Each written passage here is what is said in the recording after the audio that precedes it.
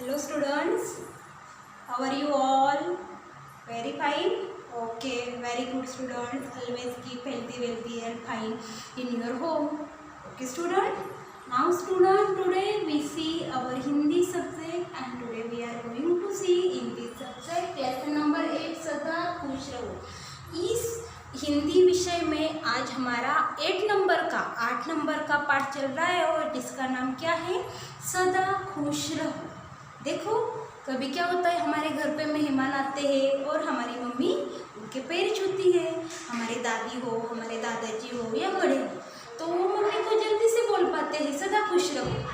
सदा खुश रहो मतलब क्या, ये एक बड़ों जब हम पैर छूते हैं तो बड़े हमें एक आशीर्वाद देते हैं और ये भारतीय तरीका बहुत ही सुंदर और सुशील ऐसा है। तो आज का हमारा पाठ सदा खुश रहो, यह भी ये नमस्कार या जो चाली रीति हमारे समाज में है उसी से जुड़ी हुई है। तो बच्चों आप सभी को क्या करना है, मैं पूरा लेसन पढ़ने वाली हूँ, आप सभी वहाँ पे ध्यान देंगे। आज मुन्नू के नाना नानी जी गांव से शहर आए थे। इस पहली वाली लाइन से हमें पता चलता है कि मुन्नू जो अपने मम्मी पापा के साथ शहर में रहता है, उनके घर में आज नाना नानी जी आने होते हैं। मुन्नू अपने माता पिता के साथ उन्हें रेलवे स्टेशन लेने के लिए गया था और मुन्नू भी अपने माता पिता को लेने के लिए रेलवे स्टेशन गया हुआ था। जैसे ही नाना नानी जी रेलगाड़ी से उतरे, पिताजी ने उनके पैर छूते हुए मुन्नू से भी उनके चरण स्पर्श करने को कहा। जो हमसे बड़े होते हैं हम उन्हें क्या करते हैं, प्रणाम करते हैं, पैर छूते हैं, उनका आशीर्वाद लेते हैं और उनका आशीर्वाद क्या होता है, सदा खुश रहो, आपको अच्छी कामयाबी मिले, सफलता मिले, ऐसे आशीर्वाद वो लोग हमें देते हैं। वैसे ही मुन्नू के पिताजी ने झट से पहुंचने के बाद अपने माता पिता के पैर छुए और मुन्नू को भी पैर छूने की सलाह दी। मुन्नू ने भी ठीक वैसा ही आचरण किया जैसे उसके पिताजी ने किया था।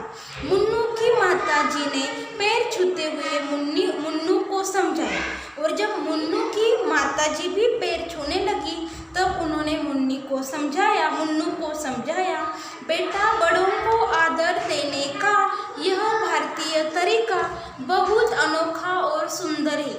हमें बड़ों को हमेशा प्रणाम करना चाहिए। यह हमारे भारतीय संस्कृति का बहुत ही सुंदर और अनोखा दर्शन है, अनोखा रिवाज है। आदर देने के साथ ही साथ हमें बड़ों का आशीर्वाद भी मिलता है और पैर छूने के वजह हमें क्या मिलता है, उनसे बहुत सारा बड़ा आशीर्वाद, लंबी उम्र की प्रार्थना वो लोग हमारे लिए करते हैं। छोटों और बराबर वालों को मान देना तथा बड़ों को सम्मान देना, यह हमारी भारतीय संस्कृति का एक अद्भुत और बहुत ही सुंदर अंग है। बच्चों को यदि बचपन से ही यह आदर्श व्यवहार के लिए प्रेरित किया जाए तो निश्चय ही सब बच्चे हमारी आगामी पीढ़ी संस्कारों को आजीवन सहेज कर रखेगी। और मैं भी आपको इस पाठ से यही सलाह दूंगी, आप सब जब नहाते हैं, तैयार हो जाते हैं, तब आपको भी क्या करना है, अपने बड़ों का साथ ही साथ जो भी घर में मम्मी ने पूजा करती है उस भगवान को भी आप लोगों को प्रणाम करना है और बाद में ही आपका जो भी काम हो, ऑनलाइन क्लास का हो, मम्मी को थोड़ा हाथ बटाने का हो, पापा का काम हो, वो करने के लिए आपको शुरुआत करनी है। तो बच्चों मैं भी आपको यही सलाह दूंगी कि आप सभी को भी डेली अपना रूटीन जो भी डेली का वर्क है वो होने के बाद, जैसे नहाते हैं, नाश्ता करने से पहले हमें अपने बड़ों का, जो भी घर में दादा दादी है, हमारे मम्मी पापा है, उनके पैर छूकर ही हम अगला काम करेंगे। ओके स्टूडेंट, और ये बात आप सभी को ध्यान में रखनी है, मैं कभी भी आपको पूछूंगी। प्रस्तुत पाठ इसी विषय में रिलेटेड है या संबंधित है, परंतु यह एक सत्य भी है, आशीर्वाद सार्थक करने के लिए उसके योग्य बनना और परिश्रम करना चाहिए।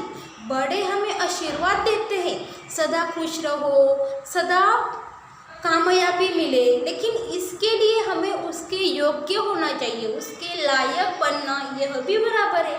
देखो, अगर हम बड़ों से आशीर्वाद करते हैं, कोई काम नहीं करते हैं, हमेशा घर में बैठे रहते हैं, तो बड़ों का भी हमारे प्रति ऐसा आशीर्वाद देने का मन नहीं होगा। इसीलिए अगर हमें किसी से आशीर्वाद लेना है तो पहले हमें उससे योग्य बनना है। देखो, स्कूल में भी कौन से बच्चे ज़्यादा पसंद होते हैं? जो स्टडी करते हैं, जो हमेशा बड़ों का आदर करते हैं। उसी तरह ही आप सभी को क्या करना है? बड़ों का आदर सम्मान करना है, और बाद में हमें आशीर्वाद के रूप में वो प्राप्त होता है।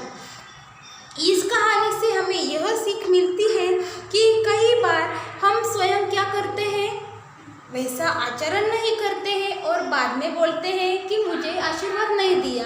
पहले आशीर्वाद के लायक हमें बनना है, उसके योग्य हमें बनना है। वही पात्रता हमें प्राप्त करनी है, हासिल करनी है। इस पाठ से हमें समझ आता है कि सम्मान मिलने से आशीर्वाद से बड़ा कोई भी सुख नहीं है। सम्मान महंगा या खरीदा नहीं जा सकता। जो आदर है, सम्मान है, वो मार्केट में, मॉल में नहीं मिल सकता। वो हासिल करना पड़ता है, उसके लायक, उसके योग्य हमें बनना होता है। इसी तरह से आज का हमारा पाठ एक बहुत ही उच्च संस्कार हमें देकर जाता है। माता जी की बात अभी समाप्त तो हुई भी नहीं थी कि नाना जी ने मुन्नू को गले से लगा लिया और एक साथ ही बोल पड़े, सदा खुश सुखी रहो। नाना नानी दोनों को भी मुन्नू का पैर छूने का तरीका बहुत ही सुंदर लगा, और दोनों ने ही एक ही साथ मुन्नू को बोला कि सदा खुश रहो, सदा सुखी रहो। घर आते समय मुन्नू ने पिताजी से पूछा, पिताजी, आशीर्वाद पाने के लिए क्या केवल चरण स्पर्श ही करने चाहिए? चरण स्पर्श करेंगे, पैर छुएंगे तो ही हमें आशीर्वाद मिलेगा? मुस्कुराते हुए जवाब नानी जी ने दिया, मुन्नू बेटा, पैर छूना तो आदर देने का कोई तरीका में से एक है। पैर छूना यह एक भारतीय तरीका है, ये बड़ों को आदर देने का एक रिवाज है। नाना जी ने लाड से मुन्नू को गोदी में बिठाते हुए समझाया, मुन्नू, तरीका कोई भी हो, मुख्य बात है सबको आदर देना। आप पैर छो ना छो, लेकिन तरीका कौन सा सही है? हमें बड़ों के साथ इज्जत से बात करनी है, उन्हें उनकी चीज़ें देनी है, उन्हें जो भी चाहिए उनकी मदद करनी है। यह सब क्या है? इन सब से हमें आदर की भावना दृढ़ होती है। घर आते मुन्नू सोच रहा था, नाना नानी के आशीर्वाद को पूरा करने के लिए मैं कैसे सुखी रह सकता हूँ। अभी मुन्नू के भी सोच की बैटरी उठ आई। उसने भी सोच लिया, मुझे मेरे नाना नानी को खुश रखना है और क्या करना है, वो जो आशीर्वाद देते हैं उसके योग्य भी बनना है। तो उसके लिए मुझे क्या करना चाहिए? घर पहुंचते ही दौड़कर वह अपना बस्ता लेकर एक तरफ बैठ गया। बस्ता यानी उसकी जो पाठशाला से उसे मिली हुई बुक्स थी या किताबें थी, वह लेकर वो बैठ गया। बस्ते में से उसने अपनी कॉपी निकाली, कलम उठाई और लिखने लगा, मैं कैसे सुखी रहूँगा। मुन्नू को अभी सुखी रहने की सब बातें पता करनी थी, इसीलिए उसने अपनी कलम उठाई और शुरुआत किया। उसे माता जी की बात याद आ गई थी कि जब कोई संदेह हो तो उसे लिखना और उस पर बार बार विचार करना चाहिए। ऐसा करने से कई बार प्रश्न के उत्तर स्वयं मिल जाते हैं। मुन्नू की सोच आगे बढ़ ही रही थी और सोच के पीछे उसकी कलम भी दौड़ रही थी। उसने उत्तर लिखना शुरू किया, मैं तभी सुखी रह सकता हूँ जब मुझे सबसे प्यार और सम्मान मिले। जैसे हमें अगर कुछ लिखना है, कुछ निबंध प्रिपेयर करना है, तो हम क्या करते हैं स्टूडेंट? हम नोटबुक निकालते हैं, पेंसिल निकालते हैं, पेन निकालते हैं, हमारी कलम निकालते हैं और लिखना शुरू करते हैं।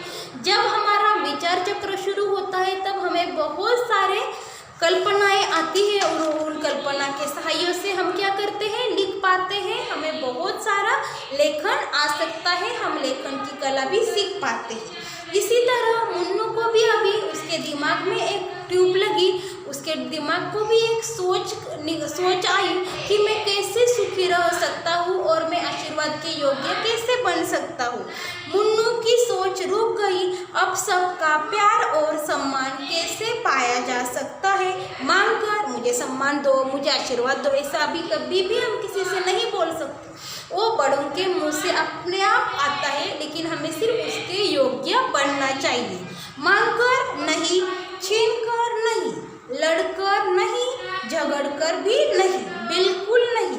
आखिर बहुत सोचने के बाद मुन्नू की सोच का बल्ब जल ही गया, उसके समझ में आ ही गया। इसके बाद उसकी कलम लिखने के लिए फिर उड़ गई। उसने लिखा उसके योग्य बनकर। मुन्नू को क्या उत्तर मिला, हम कैसे आशीर्वाद के लायक बन सकते हैं, जब हम उसके योग्य बनेंगे। मुन्नू ने योग्य बनने का उत्तर भी खुद ही ढूंढ लिया, विनम्रता से दूसरों को आदर देकर। हमें कभी भी बड़ों से चिल्लाकर नहीं बोलना है, विनम्रता से बातें करनी है। मुन्नू खुशी से झूम उठा। इसी विनम्रता और आदर का पाठ आज ही उसके माता पिता तथा नाना नानी जी ने भी उसे पढ़ाया। जो पाठ उसे रेलवे स्टेशन पर पढ़ाया था, उसका आचरण मुन्नू ने आज से ही अपने जीवन में करना शुरू किया। वह दौड़कर नाना नानी जी के पास गया और बोला, आपका आशीर्वाद पूरा हो गया है, मैंने सुखी रहने का रहस्य खोज लिया है। इसी तरह मुन्नू को बहुत सोचने के बाद अपनी समस्या का उत्तर मिल गया, और उत्तर यह था कि उसे आशीर्वाद के योग्य बनना चाहिए। स्टूडेंट, इस तरह से हमने पाठ देखा। अभी इससे जुड़े शब्दार्थ देखते। चरण यानी चरण स्पर्श यानी पैरों को छूना, आदर यानी सम्मान, भारतीय यानी भारत का, आशीर्वाद यानी दुआ, कलम यानी पेन या पेंसिल, योग्य यानी लायक, विनम्र यानी विनीत, रहस्य यानी राज, खोजना यानी ढूंढना। इस तरह स्टूडेंट, आज का पाठ सदा सुखी रहो या सदा खुश रहो, यह हमारा यहाँ पे पूर्ण हुआ है। ऑनलाइन क्लास में हम इससे जुड़े अभ्यास कार्य देखेंगे और फिर से इस पार्ट्स को दोहराएंगे। If you have any query, you ask me in an online lecture. Thank you, student.